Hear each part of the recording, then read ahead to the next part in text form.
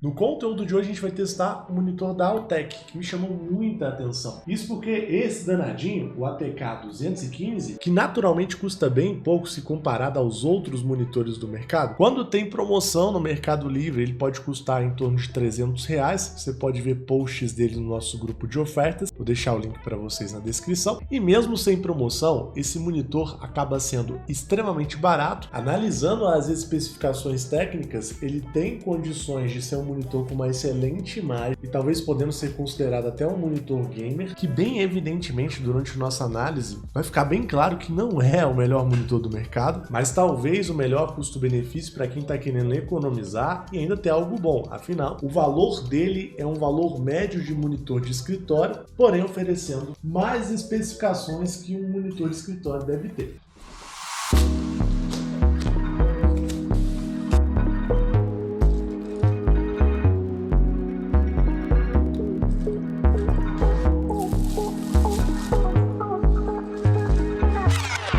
O unboxing já tá feito e olha só, gente, antes de ligar, eu tô super impressionado com o peso dele. Ele é muito levinho, parece que eu tô segurando um monitor portátil em mãos. E olha, não é um monitor pequeno, um tamanho bem agradável, é uma tela de 21,5 polegadas. No kit do monitor, né, ele já veio com um pezinho e a base, pelo jeito aqui, é bem fácil de colocar. Observando a parte de trás, já tá com um monte de marca de dedo minha. Você pode ver que ele tem um padrão de furação aqui VESA, que é para você colocar ele no suporte de monitor caso você queira. A gente pode ver que ele também tem duas saídas de som, que é coisa que às vezes monitores mais caros com especificações similares não conseguem trazer. E na parte inferior dele nós temos uma entrada HDMI, uma entrada de vídeo VGA, a conexão para a fonte de alimentação, além dos botãozinhos aqui, que tem as suas funções desenhadas na frente do monitor. O sistema de botões é bem simplão, porém efetivo aqui no toque. Não é como se a gente mexesse nisso o tempo todo quando usa o monitor. Outra coisa que me chama a atenção é que ele é bem fino e apesar de ser de plástico, o formato dele me passa uma sensação de resistência bem interessante, não parece um produto fraco. Bom, agora vamos montar o pezinho dele e não parece ser nada difícil. A gente tem uma seta apontando para baixo aqui e pelo jeito eu vou encaixar aqui e... Bom, olha só que legal, já travou. Também tem uma alavanquinha de encaixe na base dele. Um rodelho aqui, eu acho que isso aqui tem que ficar de frente, não sei como funciona. E apesar do encaixe da base ser bem intuitivo, apontando, né, que para onde você tem que encaixar ela e girar, é muito mais fácil tirar essa implementação que eu tinha colocado primeiro e fazer aqui por fora, e fica bem fixo. E só então agora colocar no monitor. E agora sim a gente tem ele montadão. Até que eu achei legal essa base no sentido de que ela é bem simples, mas para o monitor aqui passa bastante firmeza. E vale mencionar que a gente tem um ajuste de inclinação aqui, mas obviamente pelo jeito dela mesmo já dá para ver que não tem ajuste de altura. E nesse momento nós já temos o nosso monitor ligado na minha bancada aqui, onde eu trabalho. Tá bagunçadinha, mas é para testar mesmo. E nós já temos a imagem de um vídeo, por exemplo, sendo reproduzido em 4K e exibido na tela dele. O que eu vejo é uma qualidade de imagem super legal, que realmente não tem como reclamar. E nesse ponto eu já fico impressionado. Eu gosto muito de testar monitores com esse vídeo, porque esse vídeo tem uma gama de cores muito legal, ele tem uma qualidade muito bacana. E aqui a gente pode perceber que a gente tem uma boa coloração verde, sem nada estar muito gritando na tela, sem estar estourando. Observem a luz do sol, observe os tons de vermelho, não tem nada aqui sobrecarregado ou estourado, isso com as próprias configurações padrão do próprio monitor. Se a gente observar sombras e tonalidades escuras, a gente vê que ele traz um equilíbrio legal. Eu não noto nenhum tipo de ruído na imagem ou problemas, por exemplo, com a mistura de cores degradê. Vou até colocar aqui um outro vídeo que é muito utilizado para testar TVs OLED, que é LED, e aqui a gente consegue ver que temos uma imagem boa, mas a gente não pode esquecer, o painel desse monitor é um painel VA. Atrás, por exemplo, a gente tem uma tela desligada e é de propósito que eu deixei essa tela desligada. A gente percebe que, principalmente em cenas escuras, ainda assim, mesmo com ele tendo boas tonalidades de preto, a gente ainda consegue notar aquele famoso cinza, né, ou aquele famoso preto iluminado, que é muito normal em muitas telas. É só um detalhe que eu preciso mostrar, mas nada que vai atrapalhar a sua experiência de imagem com ele. Uma característica do painel VA. Eu gosto também de utilizar o próprio wallpaper do Windows 11 como referência, porque eu já peguei vários monitores que nessa dobra, que nessa transição de cores, eles falhavam miseravelmente em entregar uma imagem com qualidade bacana. E aqui a gente vê que ele tem um bom gerenciamento. A resolução desse monitor é a mais utilizada hoje em dia, basicamente é o Full HD. E no computador, por exemplo, eu não tenho opções de colocar ele numa resolução mais alta. Vale mencionar que é importante vir nas configurações de vídeo e na opção Exibição Avançadas para selecionar a taxa de atualização dele. Por padrão, ele vem com 60 Hz selecionado no Windows, mas ele pega até 100 Hz de taxa de atualização, que é uma boa taxa de atualização, ainda mais para um monitor que eu paguei cerca de 300 e poucos reais. Pelo fato desse monitor ter um painel VA, que é um tipo de painel que tem os pixels alinhados na vertical, ele conta com um bom conforto visual para assistir filmes, séries, como você mesmo pode ver. Isso porque ele vai trazer para você cores muito vivas, como você pode ver aí na tela, até mesmo comparado a painéis que a gente julga ser melhor, principalmente para quem joga, que seria um painel IPS, que é o que a gente encontra mais comumente aqui no Brasil para comprar. Uma outra vantagem do painel VA é que ele costuma ser um pouco mais barato do que o painel IPS, e por isso que a gente está conseguindo um preço tão legal nesse monitor, que favorece bastante a facilidade de comprar. Porém, pelo fato dos pixels do painel VA serem alinhados na vertical, a gente perde um pouco, principalmente aqui na lateral, ângulo de visão. Olha só, quando a gente olha um pouco na lateral, ele perde um pouquinho ali a qualidade da imagem, distorce um pouquinho, mas, cara, para um monitor que você vai ficar de frente, você provavelmente não vai sentir. Se fosse para uma televisão, aí já seria um pouco pior. E uma coisa que costuma incomodar alguns usuários mais exigentes quando usam um painel VA é literalmente o ghosting que pode dar na tela. O que é o ghost? Basicamente, quando a gente tem uma imagem passando muito rápido, igual esse ETzinho aqui, vou tentar acompanhar um aqui, ó. Eita! A gente nota meio que uma sombra atrás dele, tá vendo? Ó? Nota a sombra atrás do ETzinho.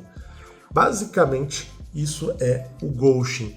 E o painel VA, em relação ao painel IPS, por exemplo, dá muito mais ghost. Nessa cena aqui mesmo a gente já consegue notar um pouquinho de diferença de um painel VA, que é o caso do nosso monitor que a gente está testando, para um painel IPS. Olha só, no painel VA a gente consegue perceber muito melhor o rastro atrás do ETzinho.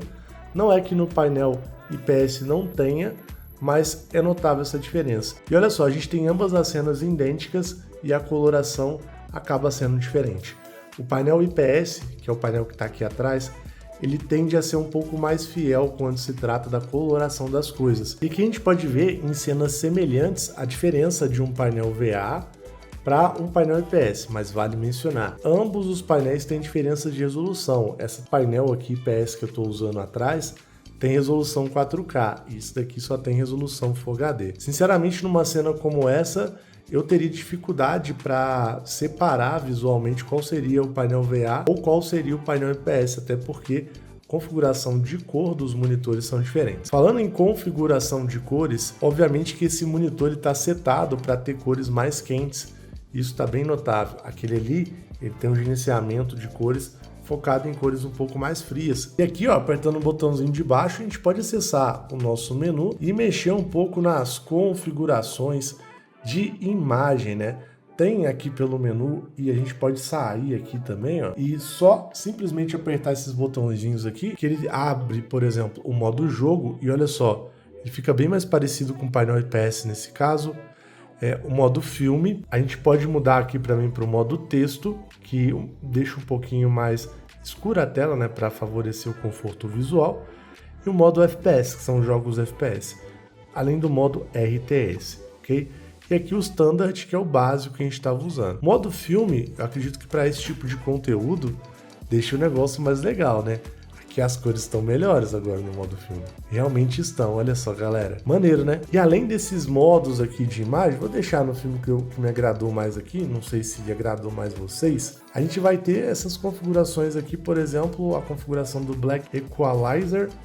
Eita, ele é tão leve, ó, que na hora que eu aperto aqui, ele quase pula para fora. O Black Equalizer, o que ele faz? Parece que tá deixando a cor tudo mais branca, tá vendo? Ó? Se eu diminuir tudo, olha só que legal, ó. a gente vai ter mais cores pretas, basicamente, ó.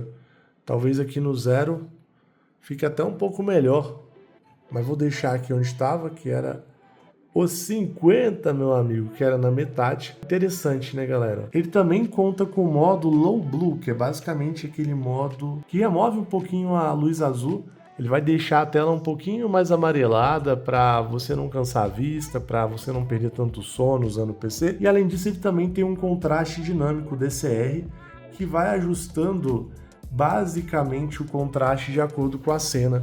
Aí você, por exemplo, vai ter a melhor configuração que o monitor acredita em determinada cena, né? Ele vai ajustando de acordo com o que vai passando. Então, por exemplo, você abrir uma imagem muito branca, você pode ter um brilho muito forte com DCR, né? Uma imagem mais escura também, mas até que é bem agradável. Nossa, que diferença de cor, hein, gente? Olha só. Detalhe que eu posso ligar o DCR e também alterar aqui os modos de imagem também, mas ele automaticamente acaba voltando para o Standard. Aqui eu consigo ver o sinal, né? Tipo, se ele tá pegando sinal via HDMI ou VGA, eu posso reiniciar ele por aqui. A gente pode fazer alguns ajustes de OSD, que é basicamente a questão do menu. A gente pode mexer na temperatura da cor. Eu falei, né, que estava naturalmente quente, mas a gente pode, por exemplo, ajustar ele para um padrão frio, quente ou utilizador, que é o mediano. Isso vai afetar diretamente, olha só, como que as cores dele vai ser exibida. Parece para mim, tá, que me agrada um pouco mais as cores frias aqui. Me agrada um pouco mais, olha só. Notem, né, que ele fica mais parecido com o painel IPS, nível de coloração. Só que aqui também já é legal fazer uma correção, apesar de ter os botões aqui que sugere que ele tem caixa de som. E desse negócio aqui atrás, cara, não tem caixa de som não, então desculpa, eu fiz uma confusão. Um outro detalhe é que ele é um monitor que tem 5 milissegundos de taxa de atualização de tela, ou seja, ele promete que as mudanças entre os pixels aconteçam nesse período de 5 milissegundos. Hoje nós temos vários monitores no mercado de 0,5 milissegundos, 1 milissegundo, e por isso pode espantar muitos gamers que querem ter esse monitor para jogar, apesar de que ele tem uma taxa de atualização 100 Hz. Esse delay de 5 milissegundos na prática não vai afetar nenhum tipo de jogador, mas é óbvio que se o monitor tem um tempo de resposta um pouco mais rápido, você vai se beneficiar de alguma forma, talvez não perceptível, mas você pode se beneficiar. Mas você não vai perceber atraso nenhum durante sua gameplay. É altamente agradável jogar com um monitor ou uma televisão de 5 milissegundos. Inclusive, talvez até o seu controle que você esteja usando para jogar, o seu teclado, o seu mouse, pode ter um input lag maior, o que não vai alterar tanto assim, né, a sua experiência. Assim como falei no começo do vídeo, ele não é um monitor de altas especificações técnicas, ele não vai ser o melhor monitor do mercado, mas ele é um monitor bem justo, ele não entrega problemas nas cores, ele entrega uma boa taxa de atualização, ele entrega uma tela que vai ser legal para jogar, que vai ser legal também para uso em escritório, uma boa relação de cores, e disso não há do que reclamar. Se tratando da marca desse monitor, uma marca que eu não conheço bem, e dificilmente eu vou poder falar para você, por exemplo, a questão da durabilidade dele.